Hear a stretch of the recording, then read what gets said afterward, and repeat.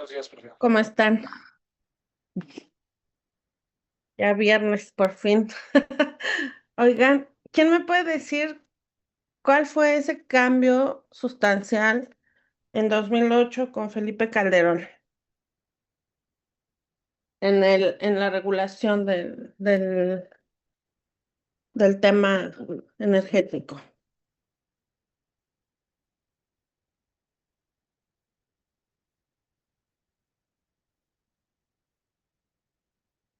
¿Se acuerdan que habíamos platicado que pues de toda la organización a partir de la expropiación pues se había creado Pemex, de ahí la determinación de las áreas estratégicas, identificar electricidad, la transmisión y distribución, así como la exploración y extracción de hidrocarburos como áreas estratégicas, eh, el- una actividad exclusiva del Estado. ¿Y después qué pasó en 2008?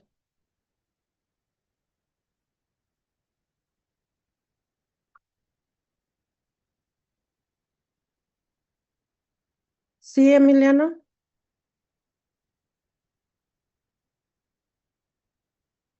Sí, de hecho se fortalecieron instituciones como la Comisión Nacional de Hidrocarburos, Ujú. eh, al igual que la Comisión Reguladora de Energía. Y bueno, sus principales funciones eran la supervisión y la regulación de actividades energéticas.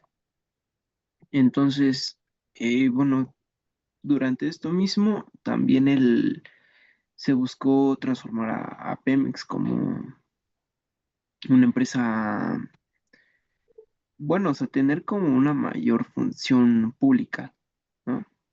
Una mayor autonomía dentro de sus funciones. Entonces, mm, bueno, creo que son como los dos puntos principales en los cuales, este, bueno, ocurrió durante este sexenio. No sé si alguien quiere agregar Ok. algo más. Muchas gracias, Emiliano. Alguien que, por ejemplo, o yo les había comentado que para mí el tema de esta reforma de 2008 fue como cierta apertura o cierta línea, marca que ya nos abría una ventana para la inversión privada en el sector energía en México y que pues el esquema económico planteado a través de o sea, que se trataba de unas actividades relativas a las áreas estratégicas y que eran exclusivas del Estado, pues se está perdiendo un poco de fuerza. ¿Alguien se acuerda por qué? ¿O por qué digo que es esa ventana o el inicio de la reforma que después abrió por completo estas actividades de exploración y extracción a los privados? ¿No? Zelenet, ¿no te acuerdas? ¿Se escucha? Sí. Gracias. Quiero recordar que había mencionado que como al abrir esta ventana de que los particulares pudieran competir contra, pues bueno, Pemex o ahí, pues ahí debilitabas su confiabilidad, ¿no? Porque como bueno, van a poner a competir Pemex contra empresas particulares. Bueno, sí. Bueno, eso ocurrió hasta 2013, esa competencia de la que hablas, ¿no? Pero, ¿por qué yo hago referencia a que ese cambio normativo, ese cambio que sufrimos en 2008, que se vivió en 2008 con Felipe Calderón, representó esa ventana? Brenda, ibas a comentar algo. Sí, iba a comentar sobre los contratos incentivados, Ujú. que era cuando ya intervenía la empresa privada y bueno, más bien se planeaba compartir lo que era la producción con el privado. No sé Eh, si esa era. Sí, es correcto. No Ujú. tanto la producción, o sea, no tanto el físico, o sea, el producto, sino el resultado de esa producción. Porque, a ver, Wendy, ¿qué ibas a decir? Adelante. Bueno, yo iba a decir que no sé si era porque cuando se separaron las instituciones, que se dio la Comisión Nacional de Hidrocarburos, el CENER y la Comisión Reguladora de Energía, estas instituciones tenían que verificar la planeación con una visión técnico, político y económico. Sí, sí, aunque aquí no es que hayan surgido, bueno, la CNH sí, a partir de esta reforma, ¿no? Pero surgen como desconcentrados de la Secretaría de Energía todavía. La CRE mantiene ese, simplemente se le dan mayores atribuciones justamente para hacer esa supervisión y ese análisis técnico. Se consideraban tanto las dos comisiones, como la Nacional de Hidrocarburos, como la Reguladora de Energía, como esos brazos técnicos de la Secretaría de Energía para poder implementar todavía la política pública, ¿no? Y sí dependían totalmente de ella al ser desconcentrados. Aquí lo que yo, también Emiliano, ¿ibas a comentar algo? ¿O quién era quien levantó la mano? ¿No? Aquí lo importante o lo que hay que identificar de esta reforma es precisamente que ya se reconoce este aspecto técnico y la importancia de este aspecto técnico en la regulación que pueda emitir la Secretaría de Energía para estas actividades. La Comisión Nacional de Hidrocarburos, desde que se creó en esta reforma, tuvo como objetivo analizar las cuestiones técnicas de la etapa de exploración y extracción de hidrocarburos. Esta clase yo creo que ya podemos entrar al tema de las cadenas de valor, ¿sí? Ya las hemos mencionado con anterioridad. La cadena de valor de los hidrocarburos inicia con la exploración y extracción y después van a venir una serie de actividades que ya también comentamos, ¿se acuerdan?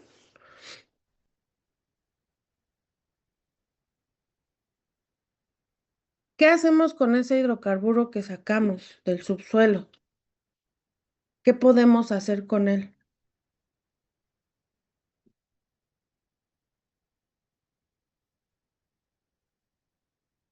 ¿Sí, Franco? ¿Eduardo? Pues según yo tenía entendido que Energía. dependiendo, ¿Mande, ah, mande? que según yo había tenido entendido, hola, ¿me escucha? Ok, ¿Sí? que tenía entendido que justamente después de que se sacaba el petróleo, pues depende de la calidad del petróleo, pues era la cantidad de procesamiento que tenía que llevarse. Entonces ahí es cuando se limpiaba el petróleo y ya podía darse como a ciertas energías, o sea, ya podría justa combustible para energía o cosas así. Entonces, según yo se procesaba. Ajá.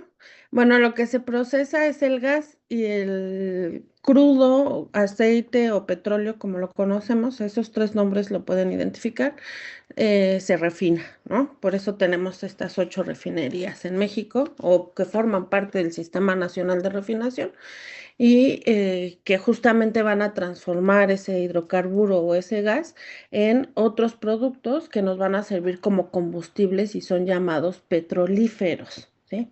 Como la gasolina, el gas LP, eh, la turbocina, el diésel. Todos estos combustibles. Y también vamos a poder obtener otros productos que son llamados petroquímicos, que también son residuos o partes integrantes o que extraemos de ese hidrocarburo que sacamos del subsuelo, pero que nos van a servir para el desarrollo de la industria como materia prima, ¿de acuerdo? Entonces esos dos son los que podemos obtener, pero para que llegue a la refinería, ¿qué tenemos que hacer? Llevarlo, ¿no? Entonces ahí ya hay una actividad adicional que se llama transporte.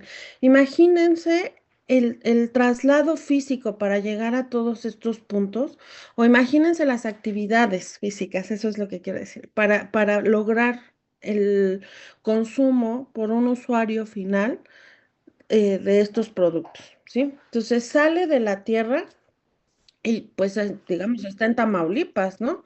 ¿Qué hacemos con eso? Tenemos varias opciones. Dos temporales, que son el almacenamiento y el transporte. Una definitiva, que es la exportación, o sea, la vendes al exterior. Otra definitiva, que es la comercialización, lo vendes al interior del país. Y la otra es la refinación o el procesamiento, ¿sí? Entonces, todo eso puedes hacer con el gas o con el crudo. ¿Están de acuerdo? Para hacer cualquiera de estas cosas necesitas un permiso. Por eso, a partir de que acaba la etapa reconocida como parte de un área estratégica, que es la exploración y extracción, pasamos a otro régimen regulatorio que es el de permisos, régimen permisionario. Y entonces aquí ya no te voy a decir, no vas a tener un contrato para la exploración y extracción de hidrocarburos, no vas a tener una relación directa con el Estado que va a supervisar tu actividad desde cómo, cuándo, dónde, con quién, por qué y de qué manera, ¿no? Ya no va a ser esa regulación tan extensa, sino ahora vas a necesitar un permiso para poder prestar esos servicios. El servicio de transporte, de almacenamiento, de comercialización, bueno, importación o exportación, y las refinerías y los centros de procesamiento, a pesar de que no hay una restricción para los privados, sigue siendo un sistema nacional, ¿no? Entonces, estos centros de procesamiento y las refinerías forman parte del Sistema Nacional de Refinación y únicamente lo lleva a cabo Pemex, pero también requieren un permiso por la Secretaría de Energía. Ok, ya hicimos los procesos. Bueno, el que ya vendimos, pues ya no lo tenemos y nos olvidamos, ¿no? Pero ahora sí hicimos los procesos y ahora tenemos petrolíferos y petroquímicos. ¿Qué hacemos con ellos? ¿Sí, Emiliano? Bueno, no iba a responder, pero me surgió una duda, profesora. Ujú, sí, sí, adelante. Ahorita habíamos comentado que la parte de exploración y extracción es área estratégica y eso se encarga el Estado, ¿no? Ya lo que viene después de No, esto, no, ¿no? no, no. En este punto de 2008 sí, pero Ah, ahorita bueno, ya no es un área, o sea, justamente, ¿se acuerdan que hemos hablado en varias ocasiones que lo que se rompe es el paradigma de área estratégica igual a actividad exclusiva? Porque ya no es una actividad exclusiva del Estado, ya no solo la hace Pemex, bueno, ¿ok? sí, pero estaba haciendo referencia justamente en ese momento del tiempo. Ah, ok, sí, sí, sí. Si en ese momento era así, ¿por qué? O sea, ¿cuál fue la razón principal por la que en este momento en el tiempo, en 2008, no también se incluyó exploración y extracción para, o sea, para sacarlo de la actividad exclusiva del Estado? ¿Por qué justamente, o sea, habíamos dicho que era área estratégica porque era un bien como muy importante, un valor muy importante como para el Estado, ¿no? Sí, es Entonces, correcto. al menos desde mi perspectiva, creo que la parte que da como más valor es cuando ya se hace la venta del producto, o sea, la parte que quedó como ya para particulares. Entonces, ¿por qué la parte inicial no se incluyó también ya para compartir como con particulares en ese momento? Fíjate que difiero de esa importancia del resto de las actividades, o sea, porque el resto de las actividades ya es un producto que está fuera. Aquí tiene relación con el artículo 27 constitucional que dice de la propiedad originaria de la nación y sobre todo las reservas petroleras sí tienen un impacto económico en los países, ¿no? Y relevante, es totalmente relevante para la economía de los países. Pero más allá de eso, o sea, de generar como ese valor adicional, mientras esté en el subsuelo, son reservas de la nación y eso es un potencial de obtención de recursos y la forma en la que vas a extraer ese hidrocarburo es lo que va a representar la fuerza del Estado frente a ese producto. Por eso es que es área estratégica y por eso es que es un bien de dominio directo, ¿sí? Entonces, esa relación que tiene, o sea, no es que genere mayor dinero, ojo, ¿no? Porque si tú no lo sacas, pues podrás tener como Venezuela, como fue el caso de Venezuela tantos años. ¿Venezuela tiene reservas o tiene ese potencial petrolero? Pues sí, todos lo sabemos, ¿no? Sabemos que pues en el subsuelo tiene muchísimas reservas petroleras. Pero ¿de qué le sirvieron estos 20 años que no pudo extraerlas? De nada. O sea, ese valor principal, ese es al momento de extraerlo. Y precisamente tú al sacarlo es que cambia el régimen de propiedad de esos hidrocarburos y nuestro modelo deja claro que esos hidrocarburos, incluso saliendo, van a ser del Estado y que el Estado va a definir la forma en la que se le va a pagar a los privados a través de esa producción, ¿sí? Incluso ahora con la participación de empresas privadas en estas actividades. Y el propio Estado te va a decir, va a haber una contraprestación para el Estado y va a haber una contraprestación para el privado. y va a ser bajo estas reglas, pero yo te voy a decir cómo, porque es mi hidrocarburo, ¿sí?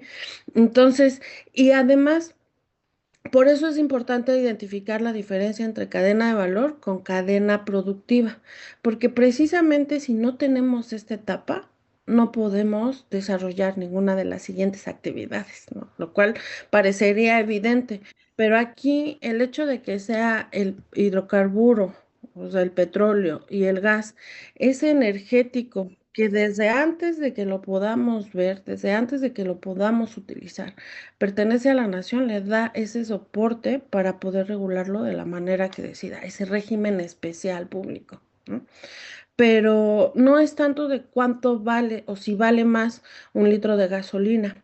Acuérdate que tú estás sacando un barril de petróleo, esa es tu medida estándar.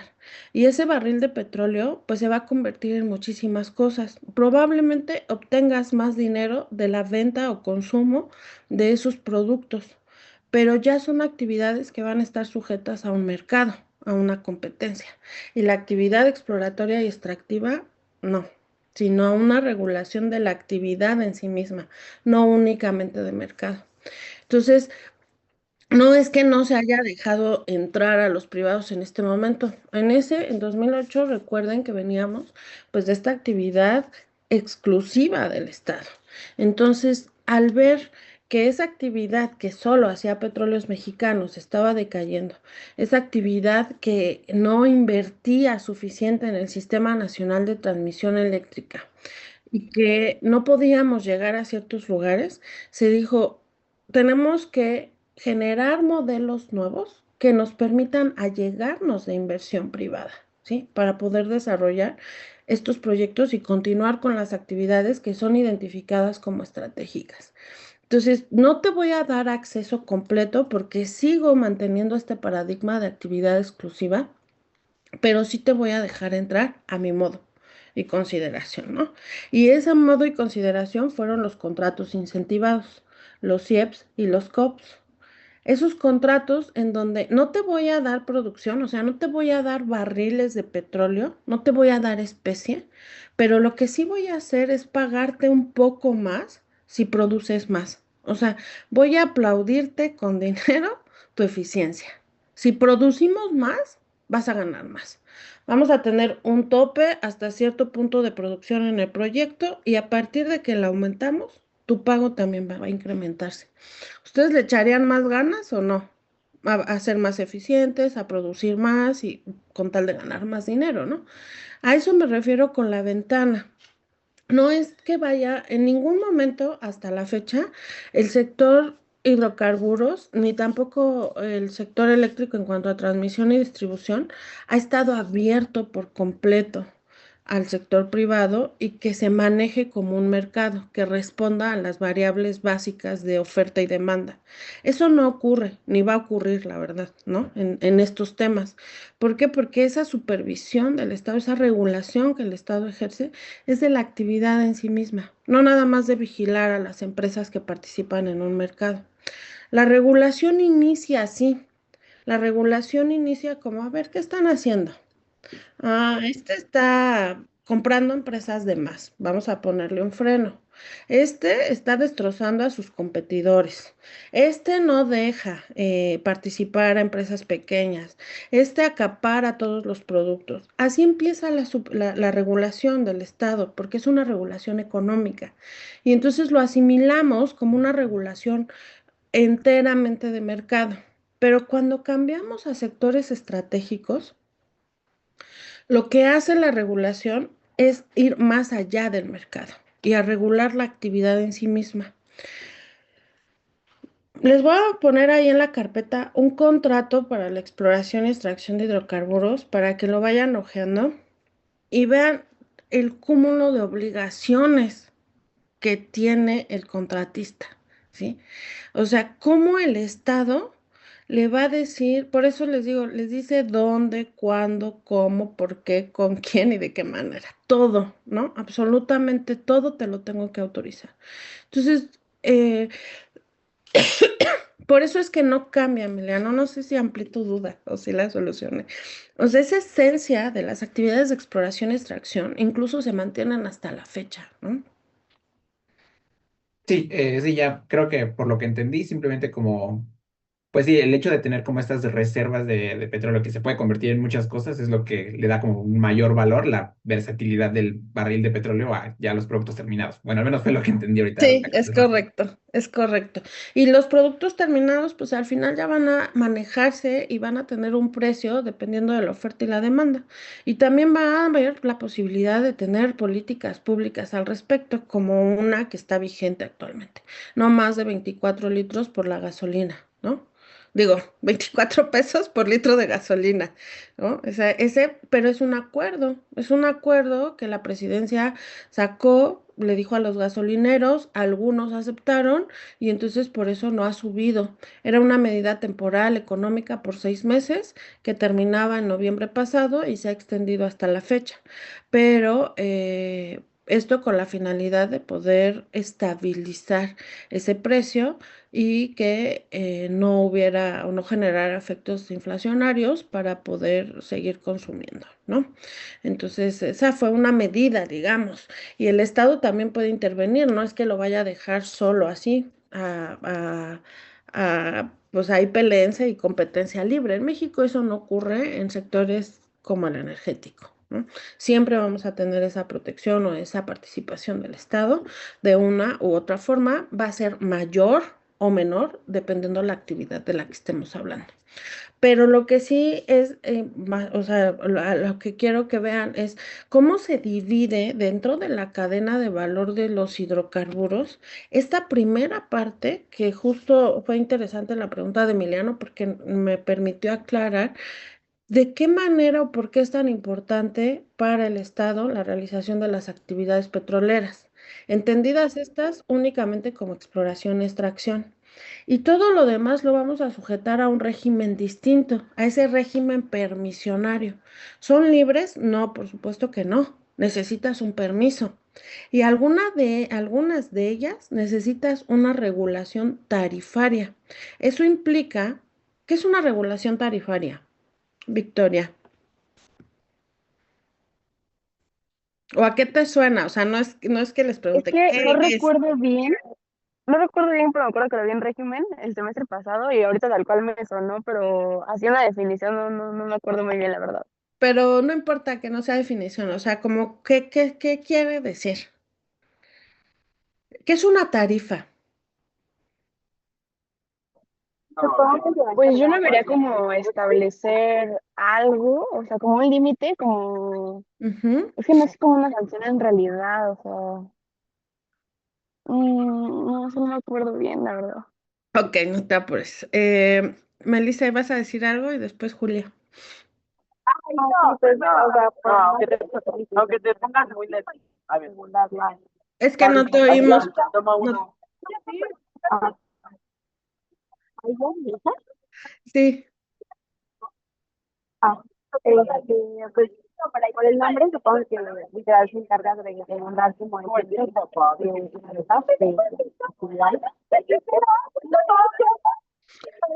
Ay, perdóname, es que no, se oyen tus compañeros que están alrededor y no te oímos a ti. Si quieres ahorita, Julia y luego Brenda. Sí, profesora, sí se escucha bien, ¿verdad? Es que ando Sí, en otro dispositivo. sí, sí, sí. Yo entiendo por regulación tarifaria que pues es un conjunto de criterios que establece el gobierno, ¿no? Para establecer o definir pues los precios máximos o alguna tarifa con servicios, con estos servicios esenciales. Ok, sí, de acuerdo, gracias. Brenda. Sí, justo lo que os había dicho la compañera es como este parámetro que tienen los servicios públicos de cobrar una tarifa. No solo los servicios públicos, ¿ok? Pero vamos a dejarlo así, sino es justamente ese establecimiento de un precio, ¿no? O sea, ese precio que no se define a través de la oferta y la demanda se llama tarifa. ¿Por qué? Porque hay una decisión política o administrativa o jurídica ahí inmersa. Entonces, ese precio que no se va a definir por las reglas del mercado se llama tarifa.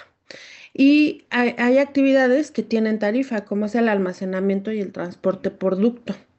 Entonces, la regulación todavía es más dura ahí, ¿no? Que en el expendio donde solo requieres un permiso. Estos permisos no son como los administrativos. Por ejemplo, ¿quién de ustedes tiene licencia de conducir?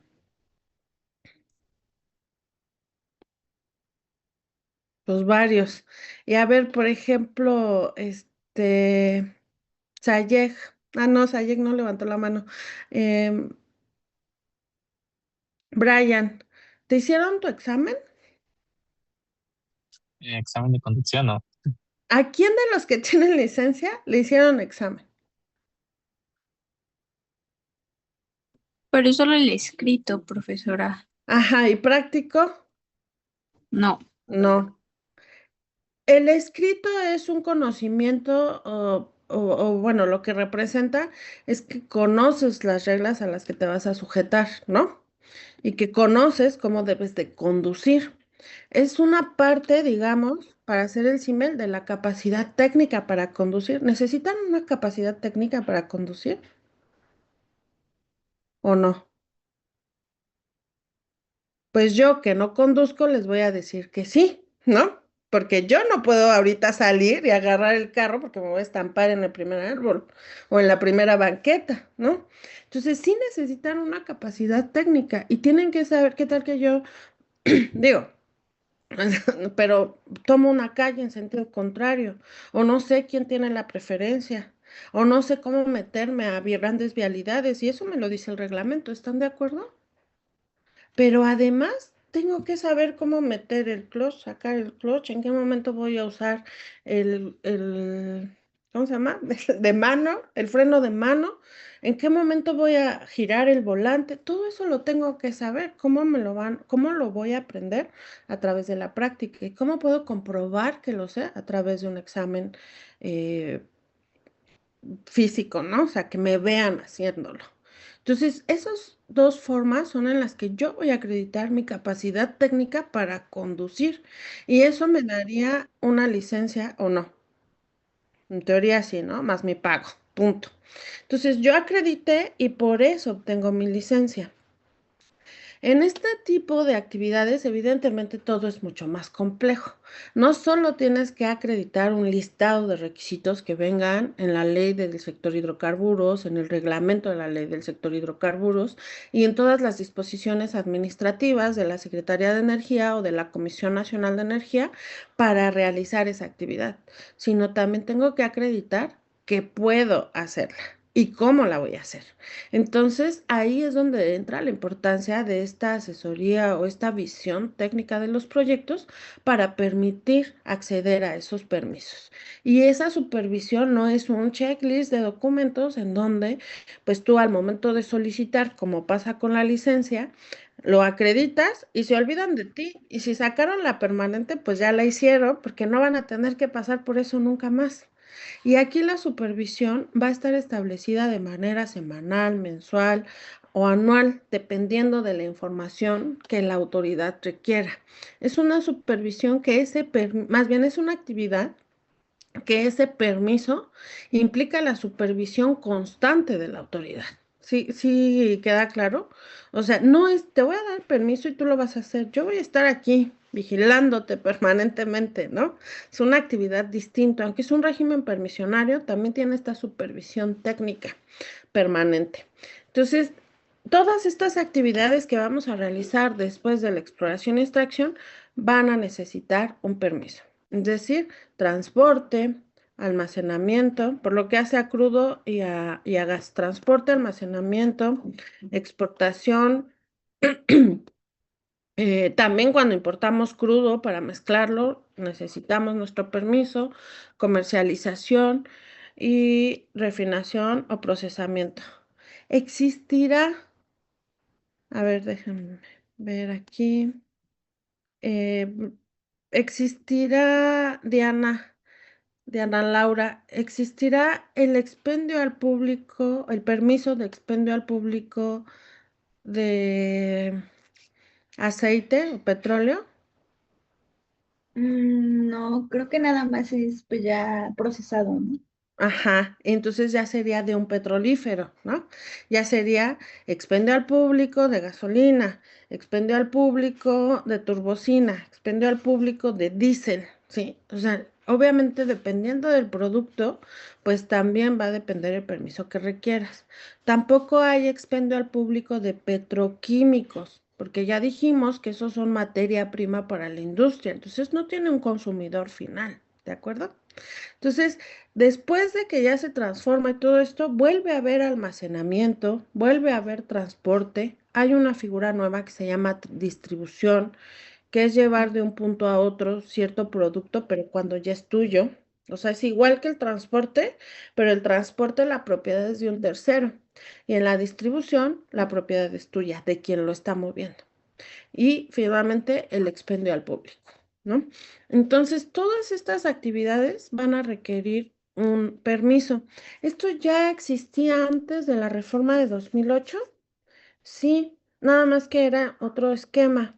¿Ustedes compraban siempre gasolina antes del 2013 en gasolineras de quién? O estaciones de servicio, que es el nombre correcto. ¿En estaciones de servicio de quién? Había de Total, había Shell, había G500, había Oxxo, Pemex. Pemex, no, no. era Pemex. Y todas eran de Pemex, o sea, los que estaban ahí adentro eran trabajadores de Pemex. ¿O cuál era el modelo? ¿Qué piensan?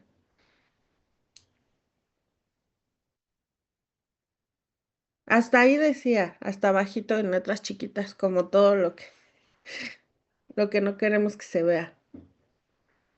Franquicias, ¿no? Era un régimen franquiciatario. Y entonces eso implicaba la inversión privada, ¿están de acuerdo? Porque ese no era el trabajador de Pemex al que le dijeron, aquí vas a trabajar tú en esta estación de servicio que yo puse, sino que llegó Eduardo con sus millones y dijo, voy a comprar una franquicia y la puso donde quiso y contrató al personal que quiso. Y lo que hacía era utilizar el nombre y el producto de Petróleos Mexicanos para vender gasolina, ¿no? Entonces tampoco es que todo fuera de Pemex, porque estas actividades ya no eran identificadas como estas, nunca fueron pertenecientes al área estratégica del Estado, ¿no? Solamente la exploración y extracción. Sí había inversión, por supuesto, privada, bajo otro régimen, pero existía. Entonces, es importantísimo que identifiquen este primer movimiento en 2008. Por lo que hizo al sector eléctrico, pues también antes la regulación fue súper laxa, porque como lo dije en algún momento, mucho tiempo solo se reguló el agua. ¿Qué me interesa a mí del sector eléctrico? Nada, más que el agua. ¿Cómo vamos a utilizar el agua? Porque el agua tiene un uso prioritario. ¿Cuál es?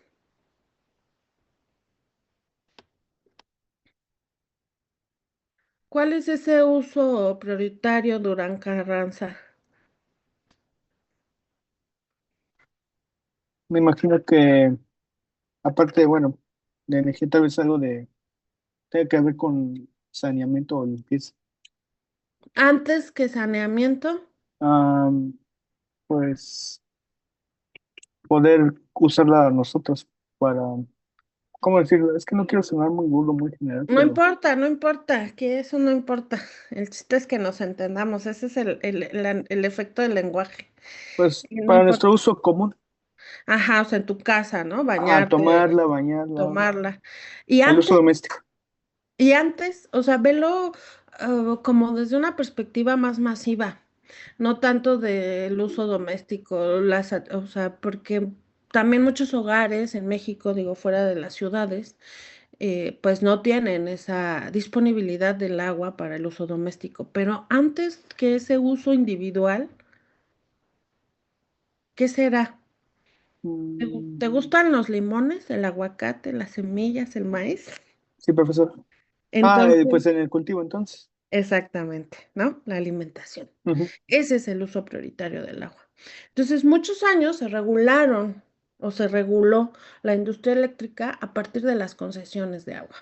Después ya viene la ley de la industria eléctrica, después viene la ley del servicio público de electricidad y eso pues ya le va dando cierto acomodo al régimen del sector eléctrico. Y después, pues decimos, ok, pues puede generar, ¿quién quiere generar? Que genere, ¿no? Bajo ciertas reglas técnicas y que pueda permitir ese acceso al sistema nacional que yo, autoridad y Estado, voy a distribuir. Eso nunca ha cambiado, ¿no? Esa transmisión y distribución nunca se ha movido, no pasó como en el sector hidrocarburos. ¿Pero por qué? Porque se trata de un sistema.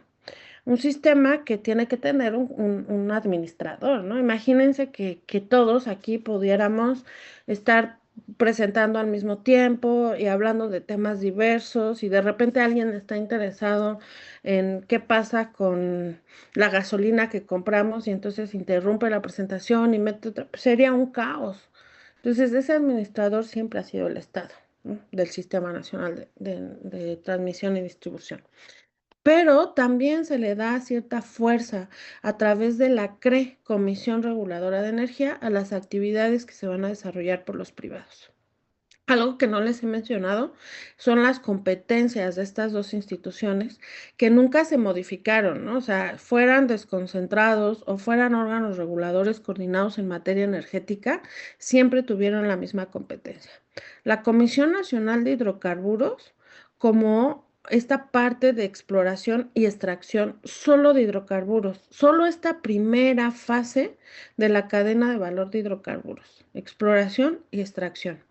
Y la Comisión Reguladora de Energía, hasta el propio nombre lo dice, ¿no? Reguladora de energía, lo que pretendía era regular mercados energéticos como lo hacía COFESE con los demás mercados, pero con este elemento adicional de las cuestiones técnicas y la política pública. Entonces, la Comisión Reguladora de Energía, desde el lado de los hidrocarburos, lo que hacía era estos permisos de todas las demás actividades, ¿sí? Otorgar estos permisos.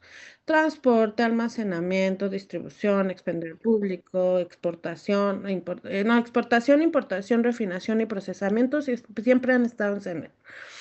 Expendio al público y distribución. Y por el lado eléctrico, todos los permisos y la regulación para poder llevar a cabo la generación y comercialización de energía eléctrica, ¿sí? Era amplísima la competencia de la Comisión Reguladora de Energía, amplísima. Nada más que como no se regula la actividad en sí misma, dije, sí se puede. Y sí, si tienes una institución fuerte, ¿no? Robusta, con personal, pero si tienes a 3 personas viendo todo el tema de petrolíferos, pues créanme que no se va a poder avanzar, ¿no?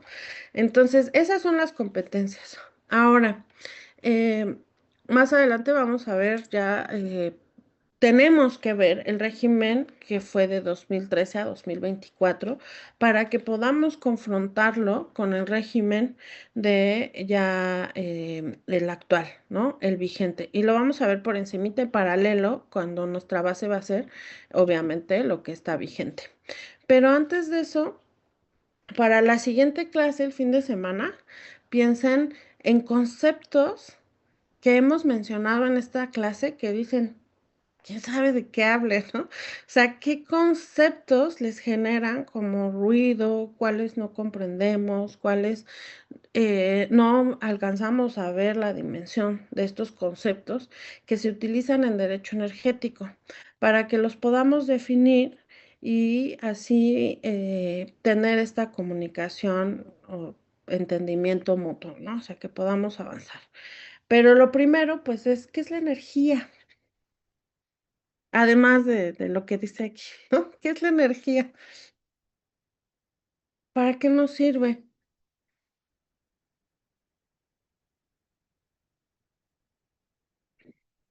González Torres, ¿para qué nos sirve o qué es la energía?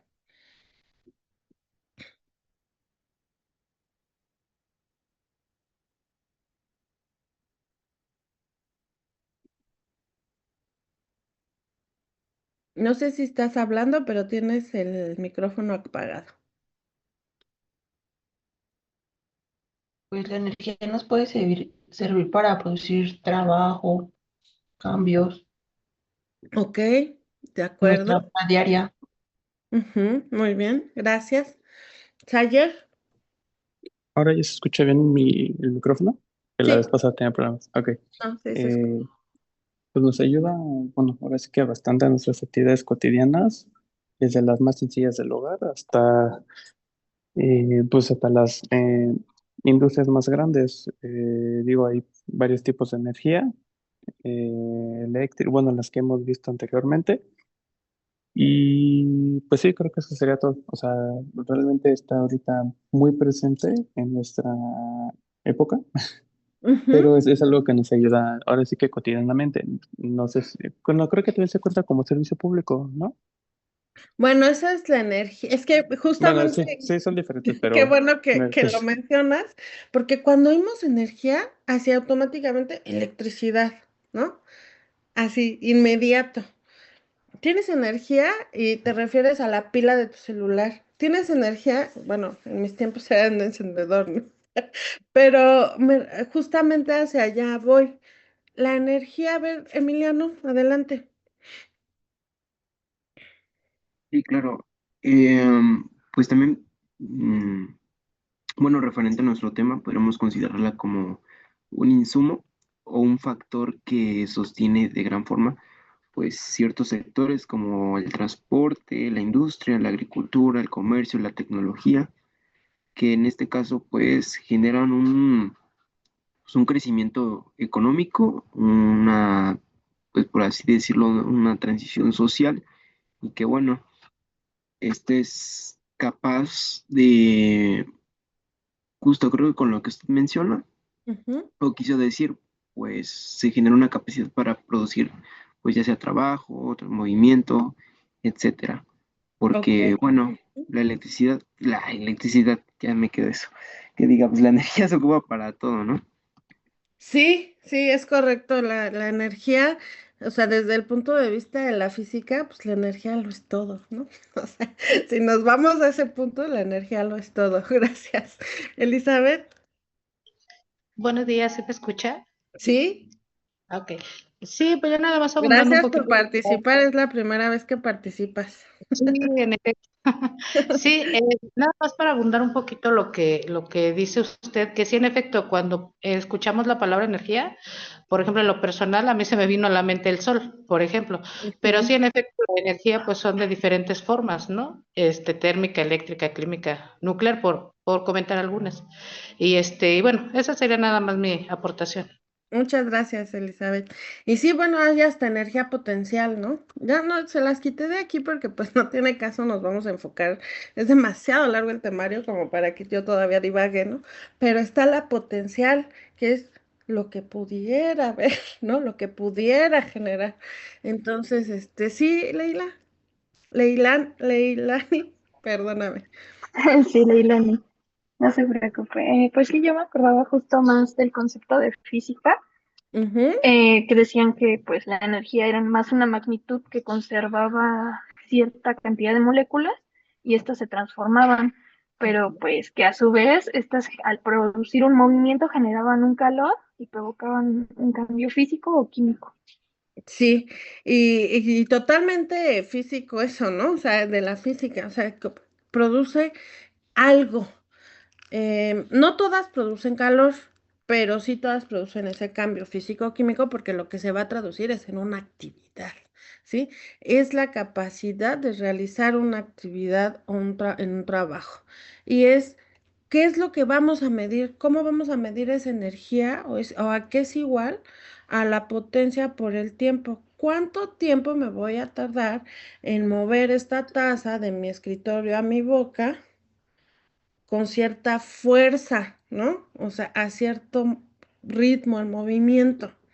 Y de ahí es que voy a obtener cuánta fuerza le tengo que poner a algo para que ese algo se mueva. ¿Esto por qué nos va a servir? Ahora sí, por la electricidad. ¿Qué es lo que genera o cómo se genera a través del agua la electricidad? ¿Qué es lo que mueve? ¿O el viento? ¿Cómo se genera esa electricidad? se mueven turbinas, ¿sí? Pasa el agua y el agua las mueve, pasa el viento y pues las mueve. Y a partir de este movimiento es que generamos la electricidad. Entonces, depende cuánta fuerza, en qué distancia, cuántos kilómetros vas a recorrer por hora. Si ustedes aprietan más, van en la carretera del sol. Y si son unos señores como yo, pues van a ir a menos de 100 kilómetros por hora en el carril de la derecha, ¿no? Pegados al cristal. No, no es cierto. No estoy tan vieja, pero sí, voy a ser, digamos, más prudente, ¿no? Pero ustedes van a ir del otro lado con el acelerador al fondo. ¿Quién va a gastar más energía? ¿O vamos a gastar la misma?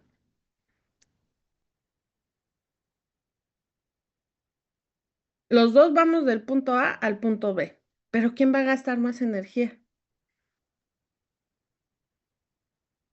Enrique, El que, Iván. Ah, bueno, Brian, sí, adelante. el que pisa el acelerador, ahora sí que a fondo. Cuando hace como constantes cambios de velocidad, por ejemplo, si va a una velocidad de 80 y de repente sube a 120 y después Sí. disminuye otra vez a 50 y vuelve a subir a 120, así como de jalón, revolucionas más el carro y consume más gasolina. Consumes más energía y entonces eso te va a dar más potencia y eso va a reducir el tiempo, ¿no? Entonces, eso es lo que va. ¿Por qué el otro día les decía si van a llegar a Acapulco en su auto eléctrico? No. En el híbrido probablemente, ¿no? Pero en eléctrico definitivamente no van a llegar. Entonces, ¿por qué? Porque esa energía está en una batería. No es lo mismo que la combustión, ¿sí? Entonces, esa eficiencia energética inevitablemente disminuye cuando mueves un motor. O sea, cuando lo que activas es un motor. Va a depender el peso. ¿Qué tal que es un auto eléctrico pequeño o una camioneta? ¿Dependerá eso o influirá? Sí, por supuesto que sí. ¿No? O sea, todos estos elementos, desde el punto de vista de la física, son importantes. Pero aquí vamos a ver los tipos de energía que a nosotros nos interesa, porque hay mucho que decir, pero no hay poco tiempo, ¿no? Entonces, la primera que habíamos visto, pues, es esta energía eléctrica que tanto nos causa como que creemos que es la energía, ¿no? Pero es porque la usamos directamente, es porque la consumimos, porque la necesitamos para todo. ¿Y esto cómo se va a generar? Y son partículas que están cargadas eléctricamente, ¿no? Entonces, lo que hace va a ser este choque entre estos electrones para poder generar esa corriente eléctrica. ¿Y cómo lo va? O sea, se van a estar moviendo y ya con ese movimiento se va a generar esa energía eléctrica que vamos a captar a través de un sistema. Por eso es generación de electricidad.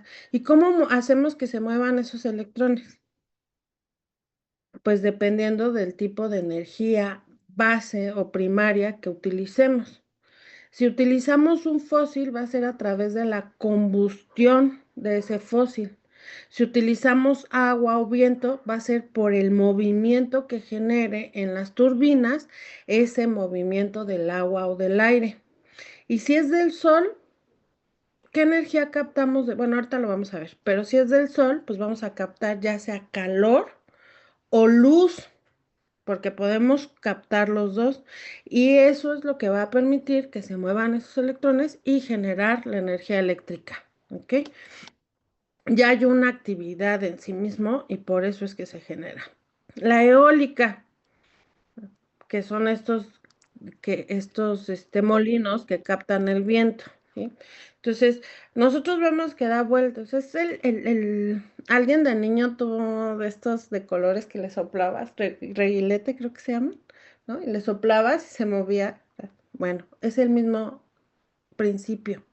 Nada más que en lugar de que se escape el aire a través de las hojitas del reguilete, estas aspas de los molinos lo captan esa fuerza, captan esa energía y es lo que hace que se muevan las turbinas que generan la electricidad. La energía solar, como les decía ahorita, pues puede ser de dos tipos. Podemos captar el calor del sol o podemos captar la luz del sol y nos va a dar energías distintas. ¿Podremos hacerlo con los mismos paneles solares? ¿Captar todo?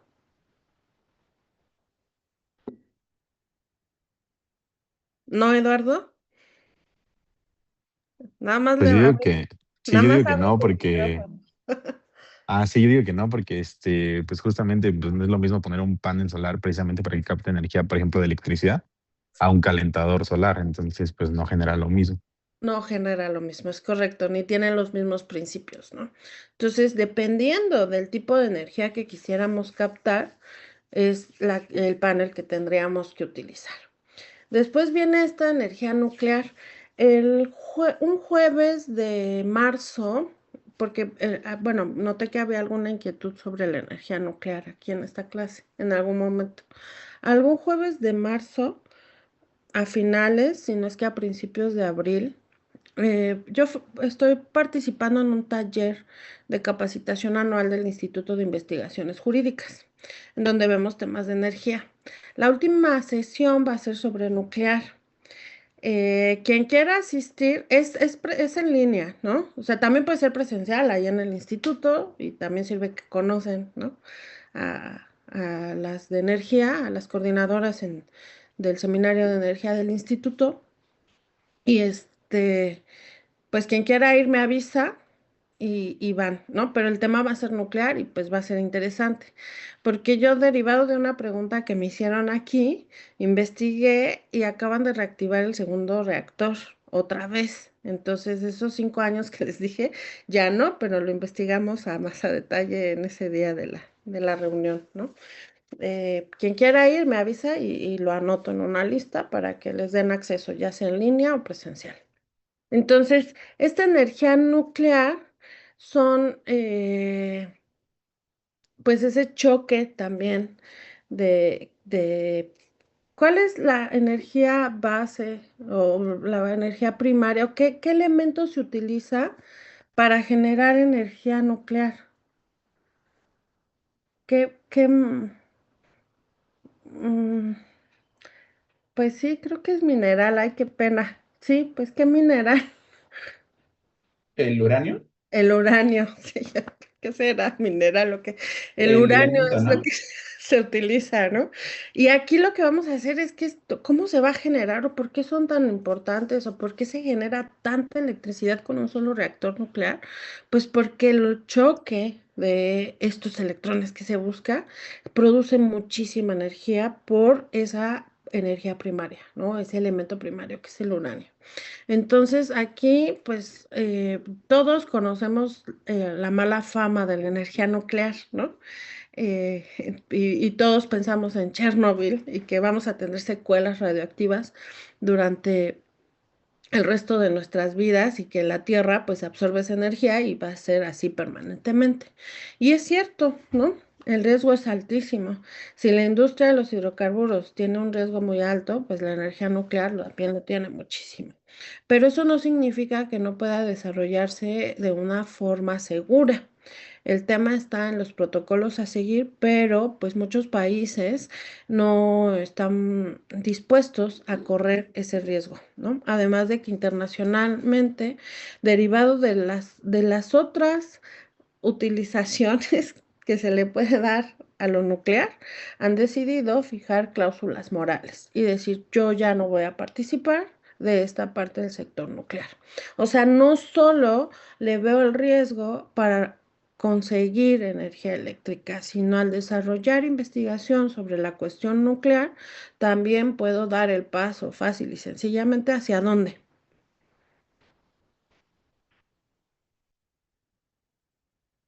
O por qué es preocupante, o por qué existen estas cláusulas morales. Por el riesgo que puede ocasionar a otras, bueno, a otros países o a otras naciones cercanas y por igual que puede causar aquí mismo, ¿no? En el país de donde se origine, Pero ¿bajo qué uso? de armas, pues sí, de Exacto, armas. de armamento, ¿no?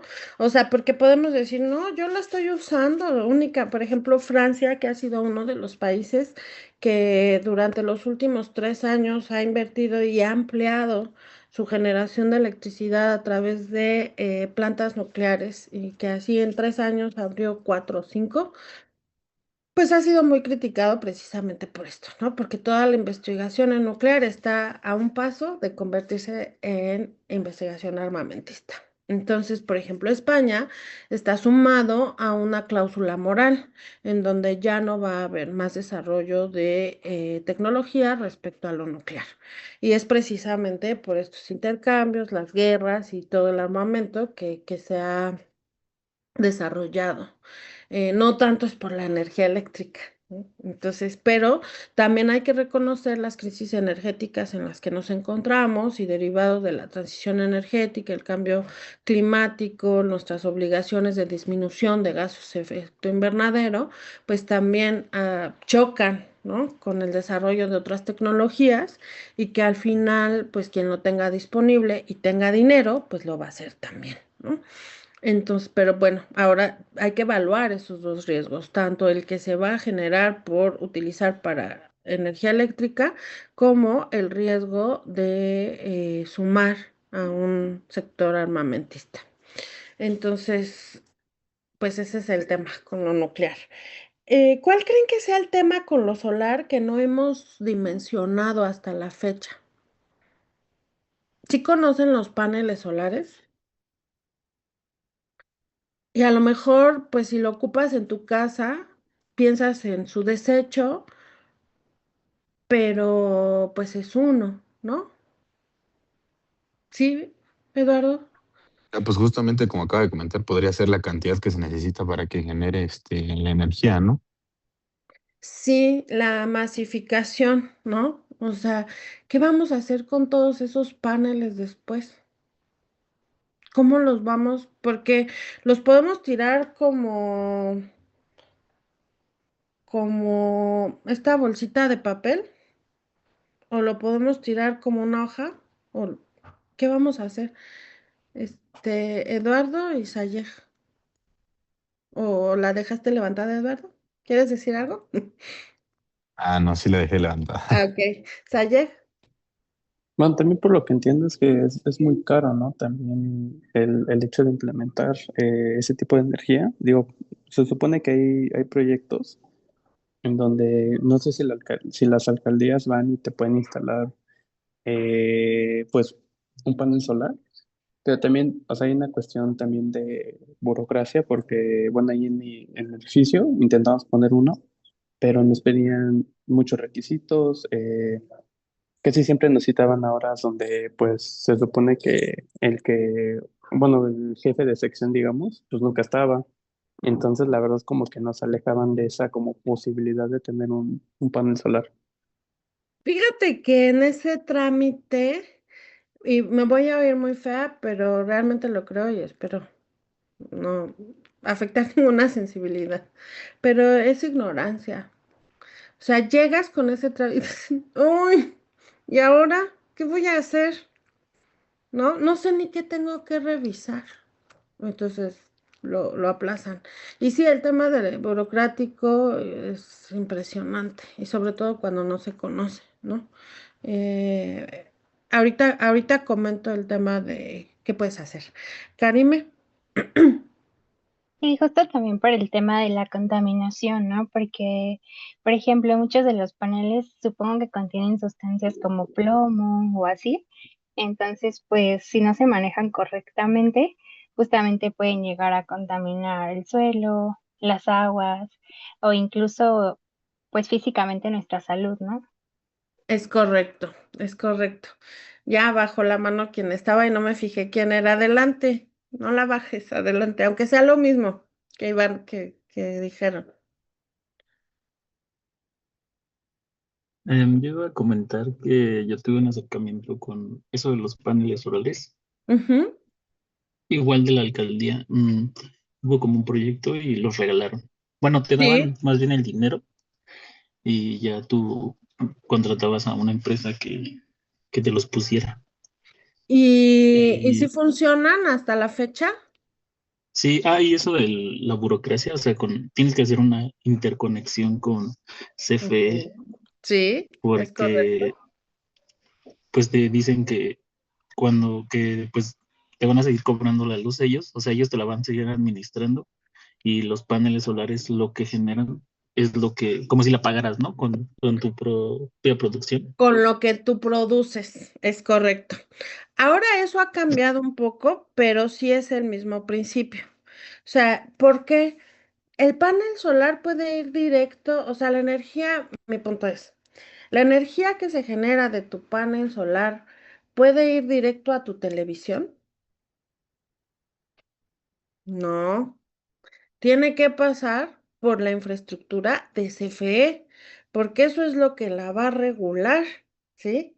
Tú necesitas una energía constante, ¿no? Eso es lo primero. Si no fuera constante, ¿qué le pasa a nuestros aparatos eléctricos? ¿Por qué nos recomiendan tener un no break para nuestra computadora? Y digo computadora porque pues si se te amuela la tele, pues dices, qué pena y llorarás, pero se te amolda la computadora y bueno, no sé ustedes, pero mi vida está aquí, ¿no? Entonces, ¿por qué? ¿Por qué, Emiliano? Bueno, si no me recuerdo es porque cuando hay, por ejemplo, si no hay energía constante, lo que podría pasar es que haya un apagón, por ejemplo, y cuando hay un apagón hay una pequeña subida de la energía que llega, por lo tanto eso puede joder los dispositivos, vaya. De voltaje. Ajá. Afectar, podemos usar en lugar, ¿no? Pero sí, es correcto. Paola, Sí, iba a decir justamente eso, que cuando la carga de voltaje cambia, eso genera ciertos daños en nuestros equipos y puede llegar a pues dejarlos inservibles pues para siempre. y lejos de la utilización de nuestros equipos, ¿creen que sea riesgoso ese sube y baja? Recuerden que o sea, los cables de alta tensión tienen unos letreros así gigantescos con una calavera negra y tienen rojo.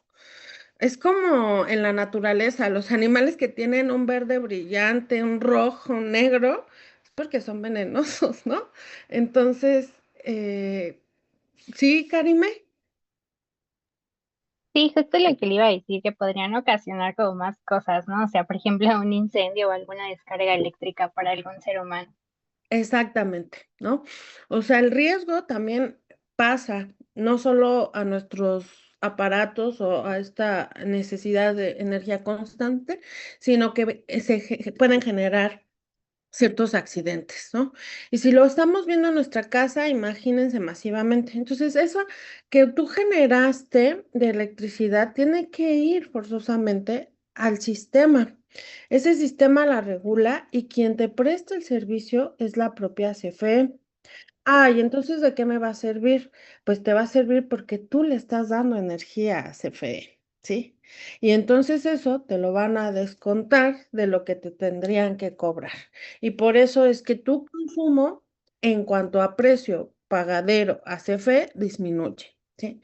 Pero no es que no utilices esa infraestructura, por supuesto, porque acuérdense que la transmisión y en este caso en particular la distribución es una actividad y sigue siendo exclusiva del Estado. Y esa exclusividad la ejerce la CFE. Es el único que te puede hacer llegar esa electricidad a tu casa, a tu empresa, a lo que sea, ¿no? Entonces, así funciona. Y es cierto, hay que estar muy, muy, muy ahí para que pueda o no surgir este proyecto. Desafortunadamente, y digo desafortunadamente porque primero tendrán que arreglar el tema que se generó con CFE al darle el 50, bueno, no es con CFE, es con el Estado en sí, al darle el 50% de la generación de electricidad y que hay muchos conflictos todavía en la operación o implementación y que primero tendrán que arreglar eso para retomar los proyectos locales, ¿no? Para estos proyectos domésticos, por así decirlo. El boom de, de generar electricidad por cada uno de los hogares mexicanos ya pasó. Y fue en la reforma 2013, ¿no? Ahí fue el mayor im- impulso.